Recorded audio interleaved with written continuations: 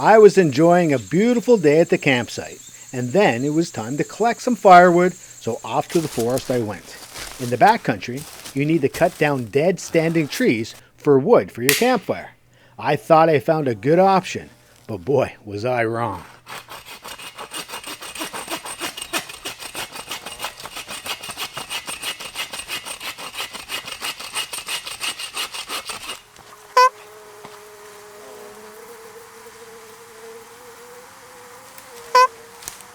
Those are wasps.